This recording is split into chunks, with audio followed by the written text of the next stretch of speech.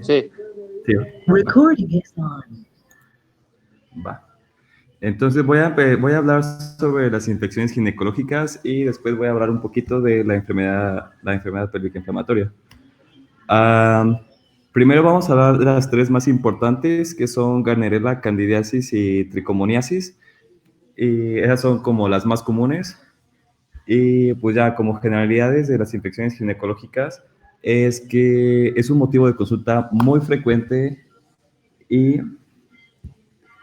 y pues es como bastante molesto para las pacientes, entonces siempre hay que ver para quitar la sintomatología en ellas.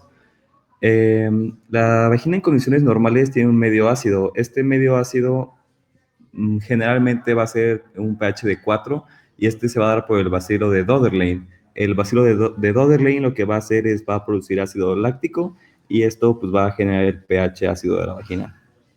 Tenemos algunas excepciones, sobre todo en los días periovulatorios de la mujer y en las posmenopáusicas, en donde este pH va a ascender hasta 7, y lo que va a hacer esto es que al aumentar el pH, va a hacer que la flora vaginal de la vagina se va a alterar y esto va a provocar que haya infecciones.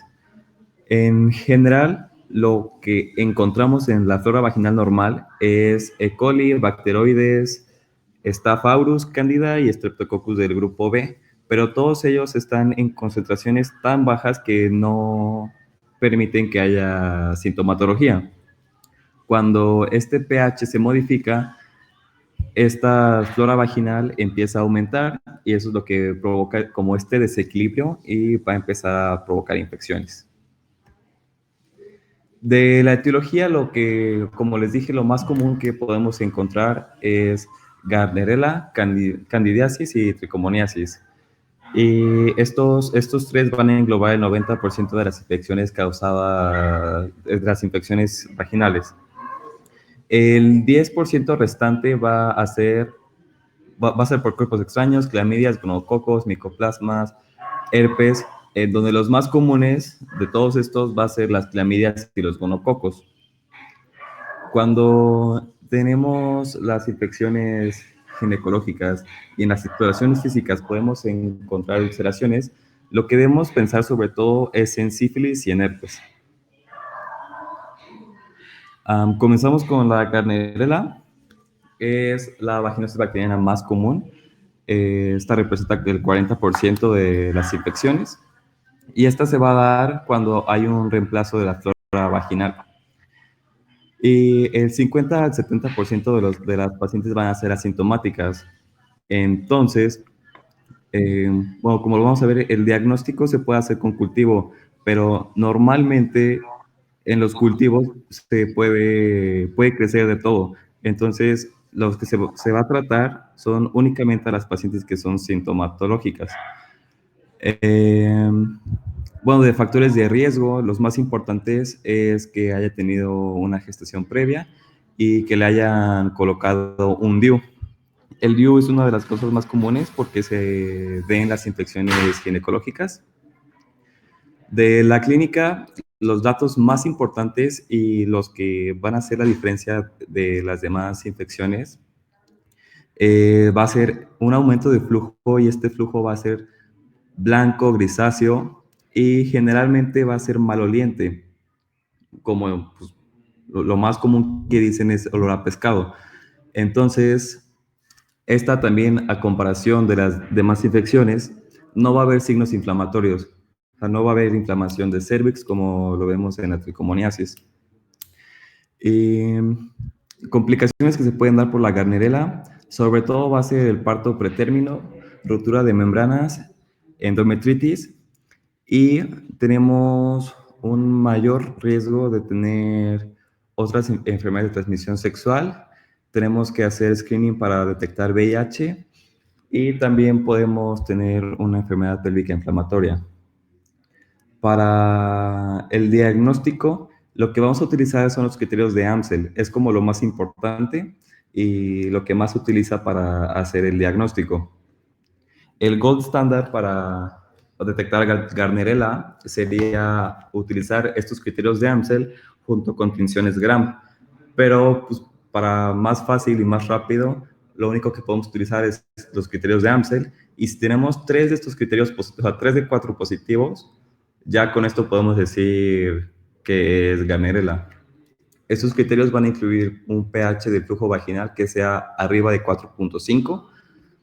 Va a haber la presencia de descarga vaginal, que es de color gris, es homogénea y se adhiere a las paredes vaginales. La presencia de células clave en la observación a microscopio es importante, y que haya olor a pescado cuando se haga la prueba de aminas también es un predictor bastante fuerte. En la tinción de Gram tenemos los criterios de Nugent y los criterios de Ison-Hay. Pero estos, bueno, ya se van a dar más, son más como de laboratorio, y estos ya nos los reportan cuando hacen el reporte de la tinción de Gram. Y pues como tal, los puntajes que se pueden dar, cuando tenemos de 100 a 10, ya podemos hablar de que es una vaginosis bacteriana como tal. Y el Ison-Hay lo que hace es clasifica cómo está la microbiota, qué es lo que tiene la microbiota. Como tratamiento de Gardnerella vaginalis, el objetivo de esta siempre va a ser aliviar los síntomas de infección y pues disminuir el riesgo de contraer otras enfermedades de transmisión sexual o que se complique a una enfermedad pélvica inflamatoria. Y lo que se utiliza más pues va a ser la vía oral o vía tópica. Aquí siempre hay que considerar lo que quiera la paciente, lo que la paciente prefiera, y sobre todo cuál es con el que se va a pegar más la paciente. El tratamiento clásico va a ser con metronidazol, 500 miligramos 2 veces al día por 7 días. Y el metronidazol vía vaginal, que va a ser en gel, que el gel lo podemos encontrar con 0.75 o 1.3%. Esto va a depender mucho de cuánta descarga, cuánta sintomatología tiene la paciente, y esto se va a dar por 5 días.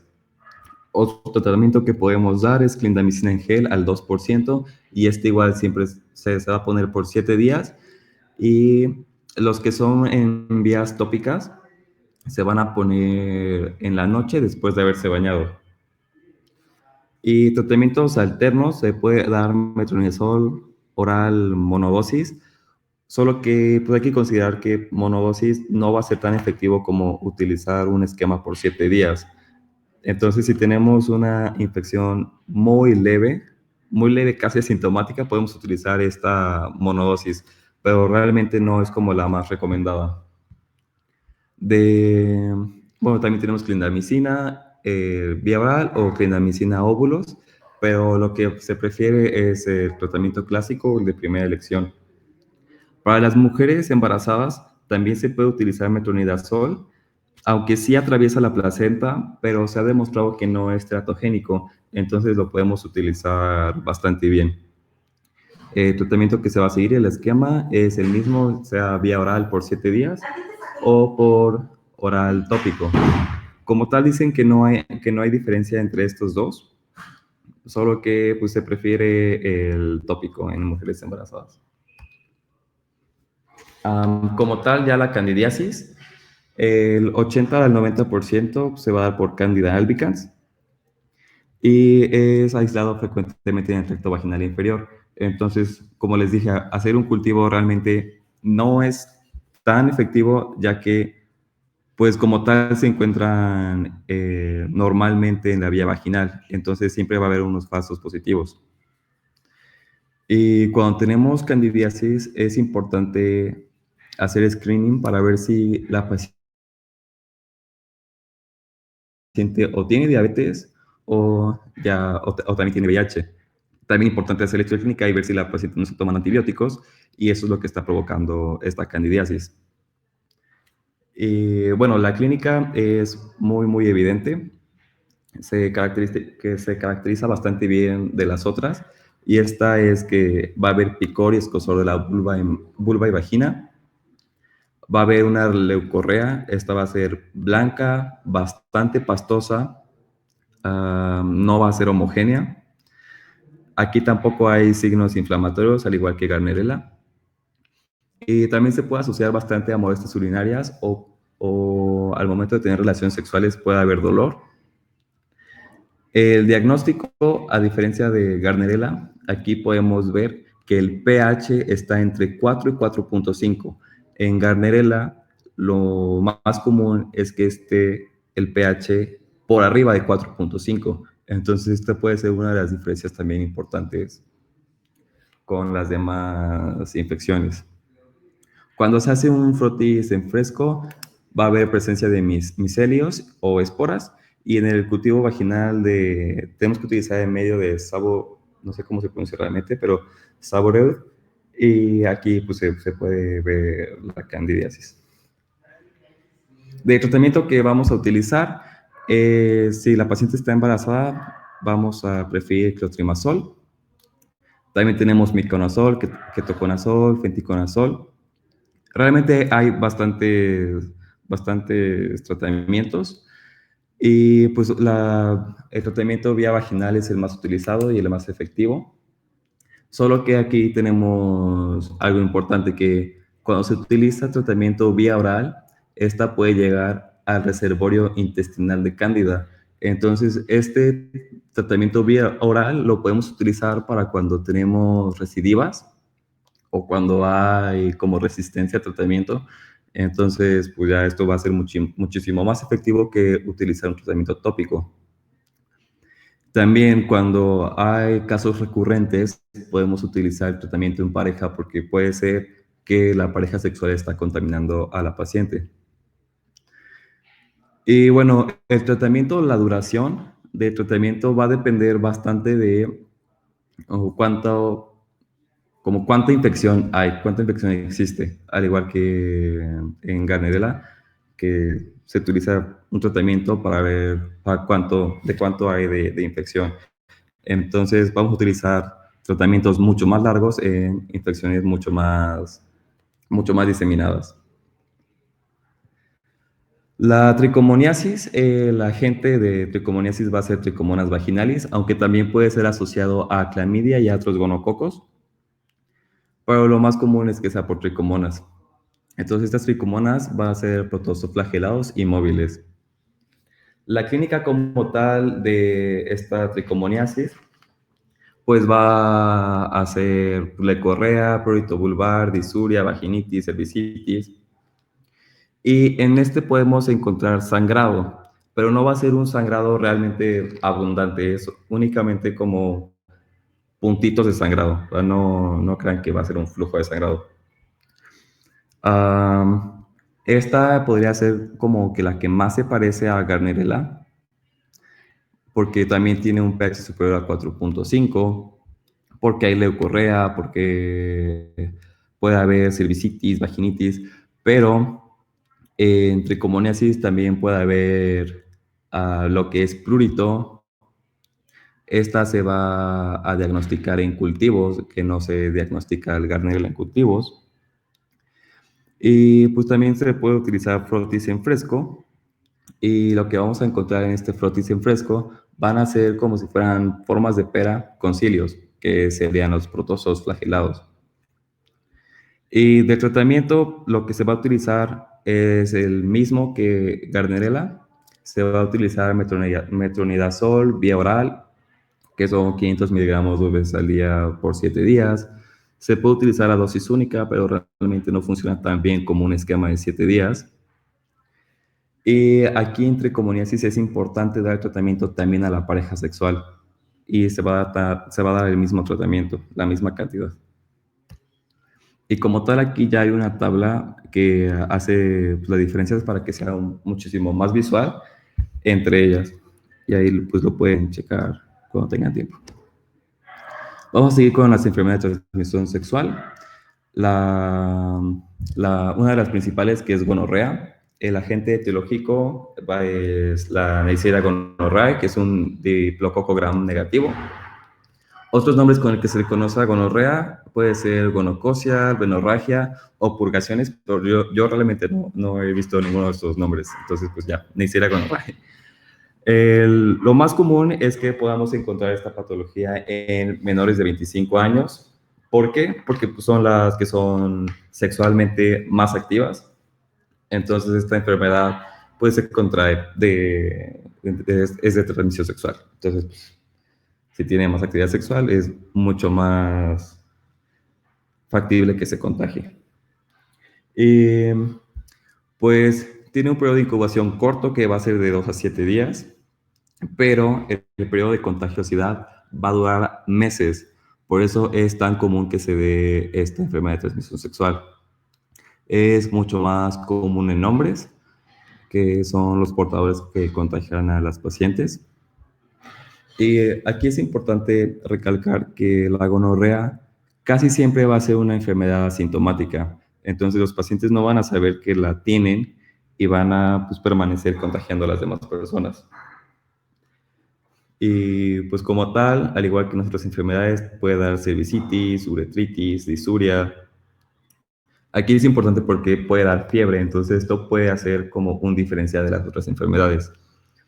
Y como vamos a ver más adelante, va a provocar dolor abdominal que está asociado a enfermedad pélvica inflamatoria.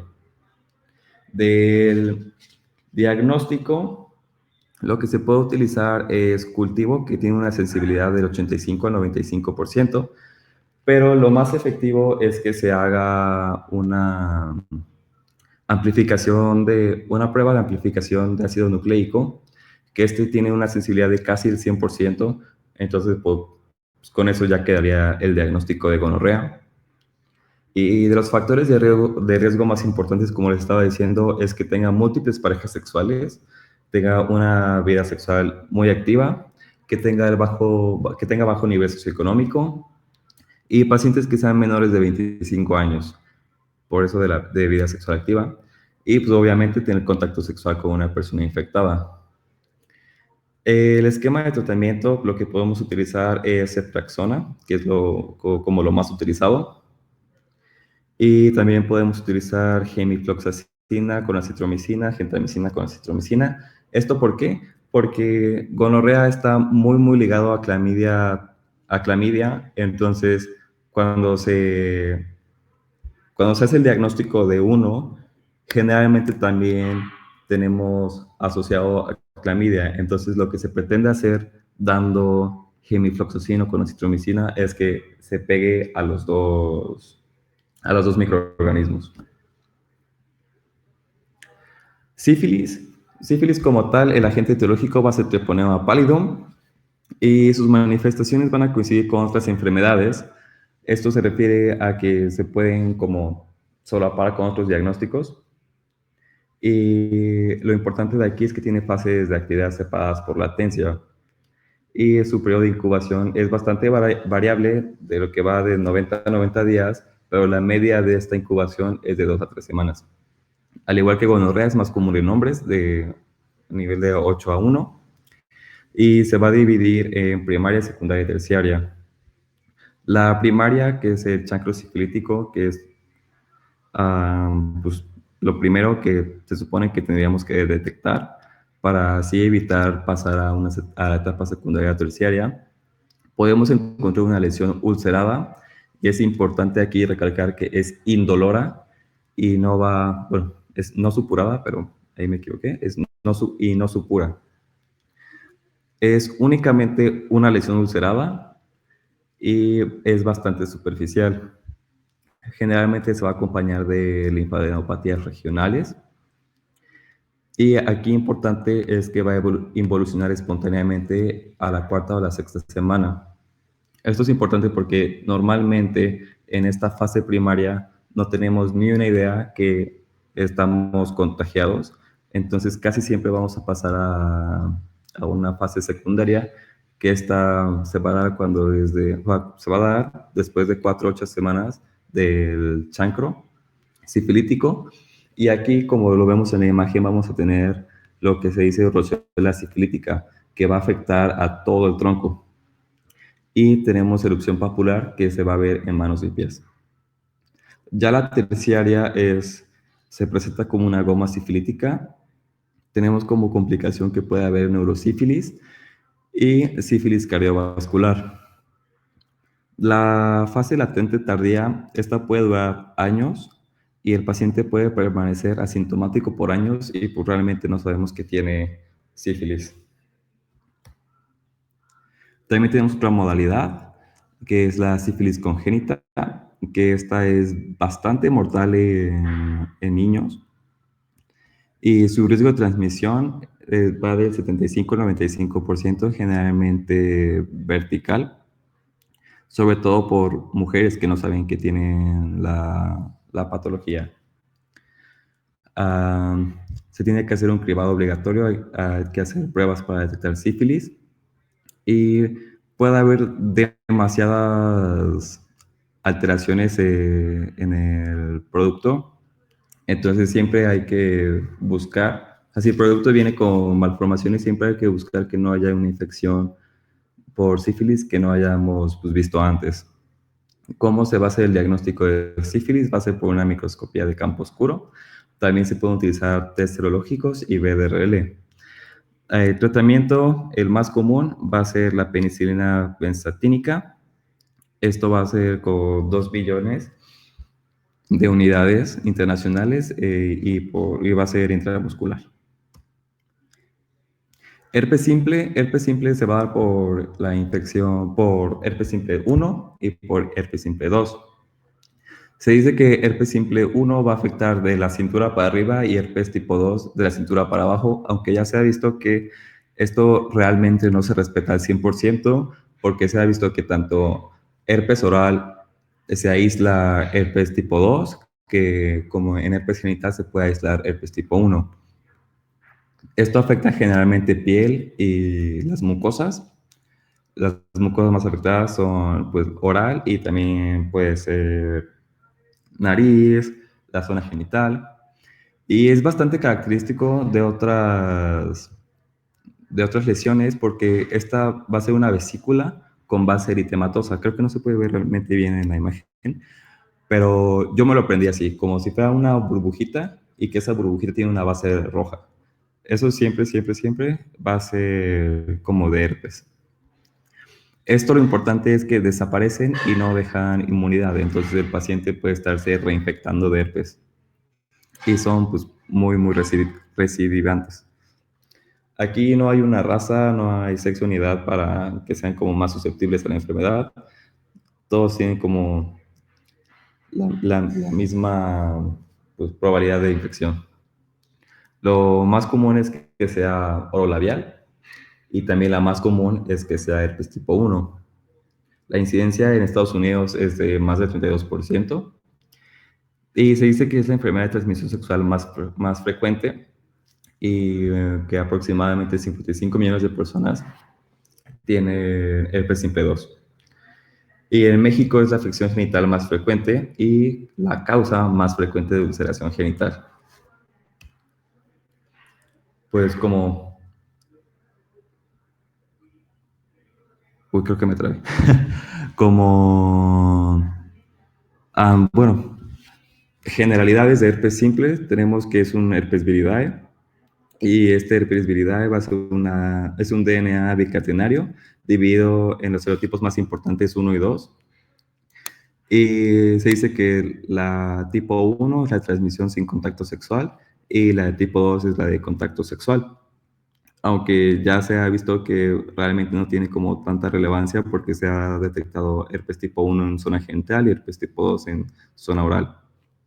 Entonces tenemos lo mismo como en las demás infecciones, que se va la infección, hay un periodo de latencia y de ahí pues, va a ser la infección como tal. El periodo de incubación de herpes simple va a ser de 2 a 3 días, que puede llegar hasta los 20.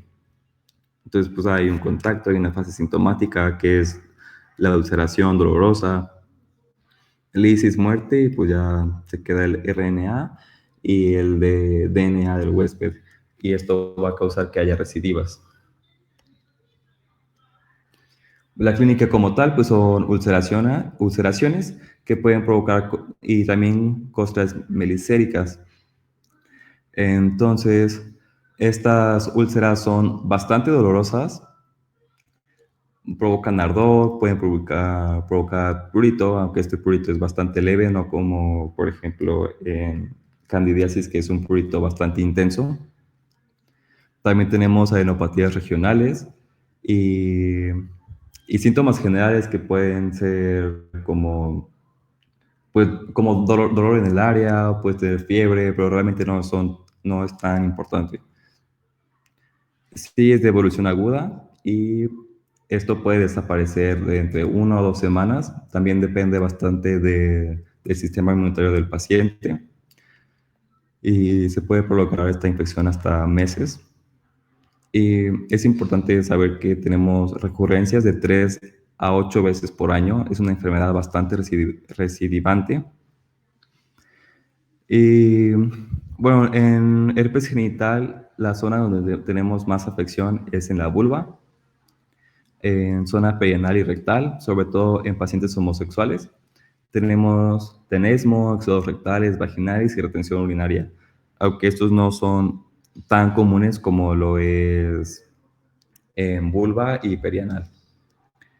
De herpes neonatal generalmente va a ser por herpes tipo 2 y aquí sí es común que tengamos síntomas generales, sobre todo la fiebre. ¿Y cómo se va a contagiar el producto? Pues va a ser generalmente por vía vaginal y por rotura prematura de membranas.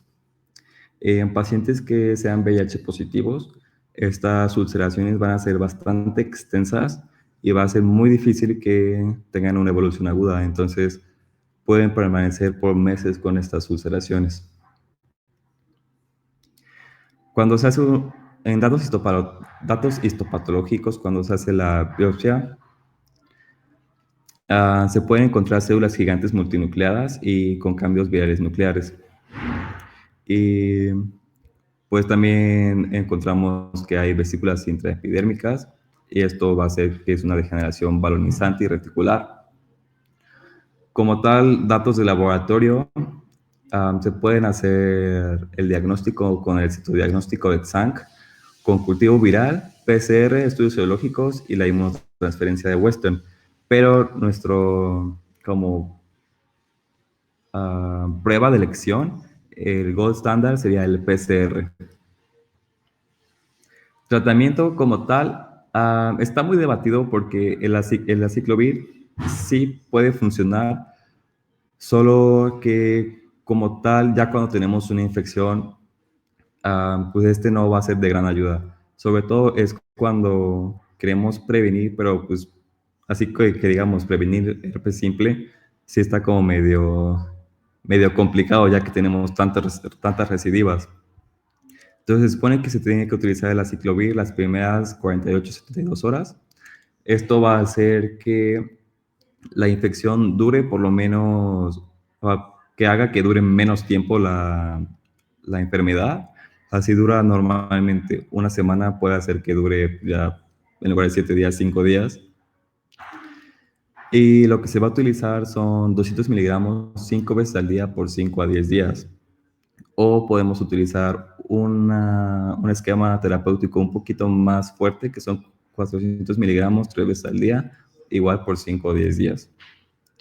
En pacientes hospitalizados lo que se prefiere es utilizar 10 miligramos kilogramo día de aciclovir por 7 días. Y se puede utilizar el Foscarnet cuando el paciente tiene alteraciones inmunitarias, cuando es un paciente VIH positivo, se puede utilizar. Y otras como alternativas puede ser el valaciclovir o el famciclovir, aunque realmente no tienen ventajas sobre el aciclovir. Y ya como tal, la enfermedad pélvica inflamatoria. Pues la enfermedad pélvica inflamatoria es por así decirlo, un síndrome doloroso. Es un síndrome que consiste en que hay dolor abdominal bajo y a veces puede haber flujo vaginal. Esta patología se puede explicar o se cree que la etiología puede ser porque hay un ascenso de microorganismos desde el tracto genital inferior. Entonces, estos suben y van a infectar pues el cervix, el útero, las trompas de falopio, los ovarios. Y pues la enfermedad pélvica inflamatoria también puede ser una de las como causas más comunes en que las pacientes lleguen al servicio de urgencias o que puedan ser hospitalizados por procesos agudos. Eh,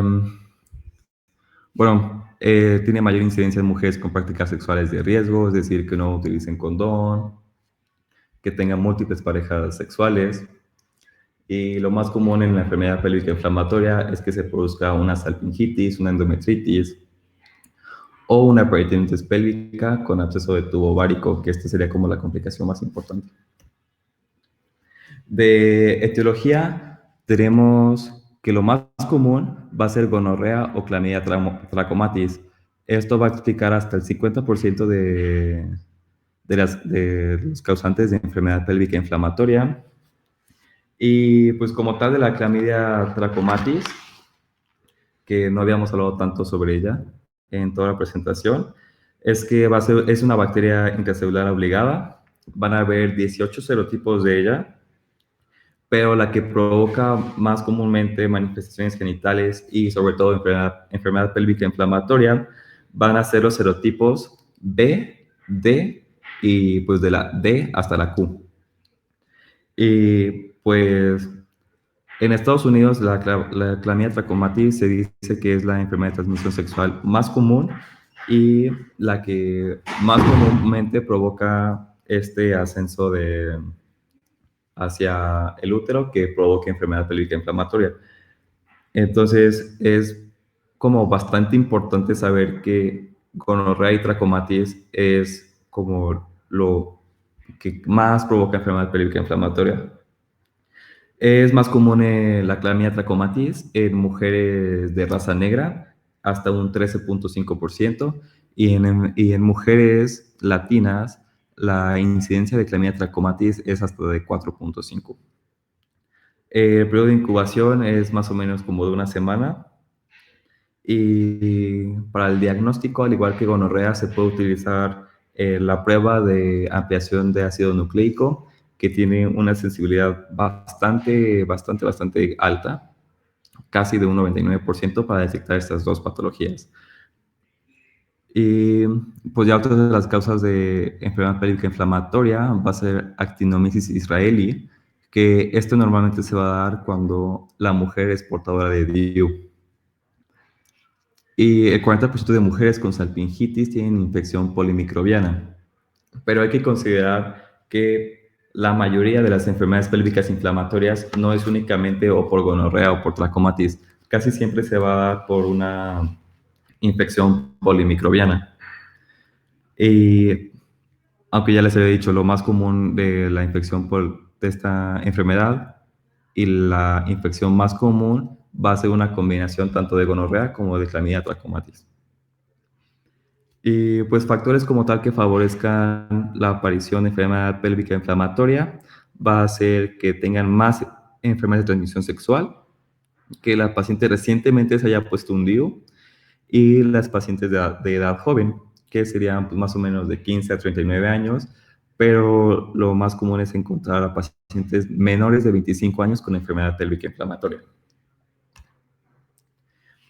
Y pues la clínica como tal, lo más característico es el dolor abdominal bajo bilateral, que aunque sí es lo más común y lo que más nos causa ruido, también hay que tomar en cuenta que no todas las pacientes van a llegar con dolor abdominal y muchas veces las pacientes pueden ser hasta asintomáticas. También las pacientes tienen leucorrea, fiebre, náuseas, vómitos, como datos muy generales. Se puede hacer el diagnóstico tanto clínicamente como por laboratorios, solo que es importante pues destacar que la clínica como tal sí nos va a ayudar bastante, solo que es difícil ya que estos signos y síntomas pues la mayoría se pueden solapar con otras enfermedades como lo son la endometritis o una apendicitis o hasta un embarazo ectópico. Entonces, siempre que hay una enfermedad pélvica inflamatoria, pues hay que buscar o que no esté embarazada o que no tenga apendicitis o algo así. Y del diagnóstico clínico vamos a tener criterios mayores y criterios menores. Y cuando se reúnen dos criterios mayores y uno menor, ya se puede dar el diagnóstico como tal de enfermedad pélvica inflamatoria. Y de los criterios mayores, pues siempre lo más importante va a ser el dolor. Entonces, la historia pues, es de dolor en el abdomen inferior o que este dolor también esté a la movilización cervical o en la exploración. Porque de los signos más clásicos de enfermedad pélvica inflamatoria es que a la exploración física hay dolor en cervix, dolor en útero o dolor en los anexos, que serían los ovarios. Entonces, estos siempre están en los criterios mayores. Como pueden ver aquí en la tablita, que es dolor en el abdomen, dolor en el cervix, dolor en la exploración abdominal, de ovarios, de útero, y que la ecografía no sea sugestiva a otra patología como sería endometriosis o como ya les había dicho antes, embarazo.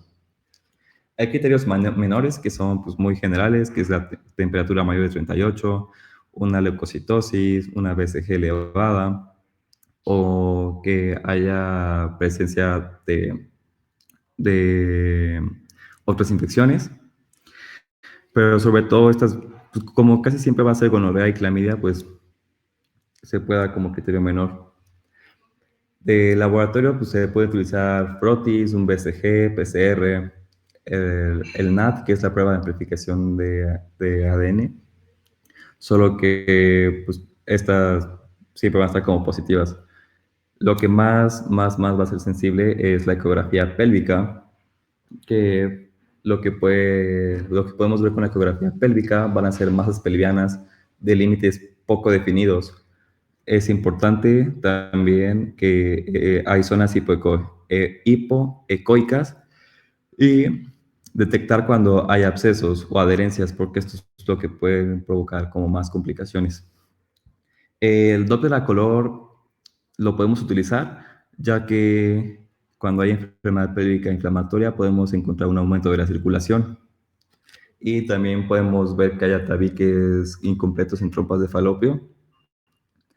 Y pues como tal, la laparotomía, para ya estar como muy certeros que sí se trata de una enfermedad pélvica inflamatoria.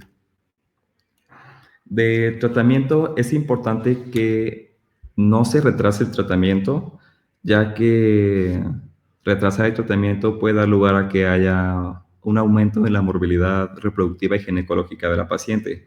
Y esto nos puede dar como complicaciones que la paciente quede infértil o haya mayor riesgo de embarazos ectópicos a futuro, o que la paciente quede con un dolor pélvico crónico ya toda su vida. Entonces, el tratamiento como tal, médico, es prevenir que haya más infecciones de transmisión sexual o que se creen o que haya nuevas enfermedades de transmisión sexual. En el tratamiento farmacológico, lo que podemos utilizar son los antibióticos que van contra Neisseria gonorrhoeae y contra Clamidia trachomatis. Y aquí ahorita vamos a ver. Y lo que se puede utilizar cuando tenemos una enfermedad leve a moderada es que la paciente, lo más común es que le demos levofloxacino, 500 miligramos cada 24 horas, con metronidazol, 500 miligramos cada 12 por 14 días. Esto pues, lo que va a hacer es que va a atacar tanto a gonorrea como a clamidia. Y pues, los demás tratamientos son como más alternos. Van a haber varios criterios de hospitalización. El más importante es que haya una emergencia quirúrgica y que la paciente esté embarazada. También es importante que se hospitalice cuando hay falta de respuesta al tratamiento oral, ya que, como les he dicho, se puede complicar a la paciente y pueden quedar estragos a largo plazo. Cuando la paciente tiene náuseas o vómitos, cuando tiene fiebres muy elevadas o cuando tenemos el absceso tubovárico. Como tal, el tratamiento hospitalario que se va a dar es la ceftriaxona intramuscular con doxiciclina por 14 días, o también se puede utilizar clindamicina y gentamicina IV. En parenteral se puede utilizar ceftriaxona 200 miligramos intramuscular más doxiciclina 10 miligramos bioral cada 12 horas por 14 días, o cefotetan 2 gramos Digo, IV cada 12 horas, con doxiciclina vía oral cada 12 horas por 14 días. Hay que tener en cuenta que el tratamiento quirúrgico únicamente se va a dar cuando sea una infección grave y cuando tengamos abscesos tubováricos o cuando ya tengamos abscesos de Douglas o que este absceso sea persistente. Las secuelas que puede quedar con la enfermedad pélvica inflamatoria, como les estuve diciendo, que es el dolor pélvico crónico, que es el más común, que la paciente quede estéril, un aumento de riesgo de embarazo ectópicos y el síndrome de Fitz-Hugh-Curtis, que como tal es una perihepatitis que va a afectar a la cápsula hepática y al peritoneal adyacente de esta cápsula. Y esto se va a relacionar con clamidia y con gonorrea, entonces es como una complicación directa de la enfermedad pélvica inflamatoria. Y ya como último, pues tuberculosis genital, que no es tan común, pero sí se puede llegar a dar, que lo que hace esta es provocar una enfermedad inflamatoria pélvica crónica y que también se asocia a esterilidad. Entonces, cuando tenemos una enfermedad inflamatoria pélvica que recurre, que no se quita ni con tratamiento, siempre hay que pensar en una tuberculosis genital. Mycobacterium tuberculosis es el responsable y lo que va a hacer es que primero va a haber una infección del tracto genital primaria y esta se va a diseminar por sangre hacia las trompas de falopio, aunque también podemos ver que se extiende hacia el resto del aparato genital por medio de diseminación directa. Entonces, primero afecta a las trompas de falopio y ya después se va a todo el aparato, al aparato genital. Únicamente va a aparecer en el 10% de las mujeres que tienen tuberculosis pulmonar. Entonces, realmente no es una patología tan común.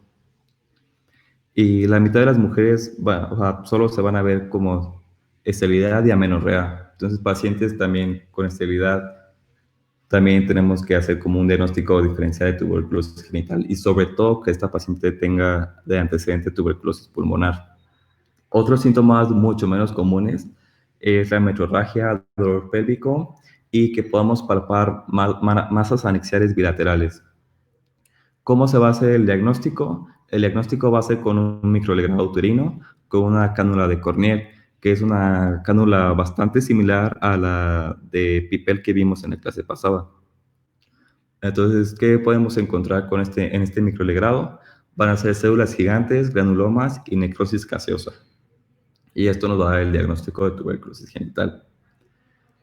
Hay que también estar pendientes del síndrome de Netter, que va a ser como tal una oclusión de la cavidad uterina como consecuencia de una endometritis tuberculosa, que podría ser una de las complicaciones. Y el tratamiento va a ser isoniazida más rifampicina, pero se puede agregar etambutol o piracinamida los primeros 2 meses como para dar un tratamiento más agresivo y así intentar que se resuelva la tuberculosis genital. Y ya quedó.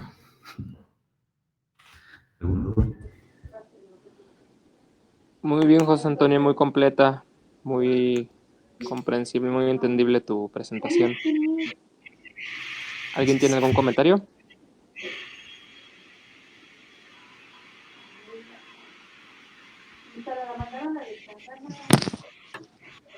Esa fue una pregunta. No, creo que no. Si no es así, entonces nos vemos hoy. Espérame un tantito, ¿sí? Si no es así, entonces nos podríamos ver hoy a las 6 de la tarde para la de cáncer de mama. Sí, claro, doctor. Sí. Bueno, gracias. Gracias. Que tengan buena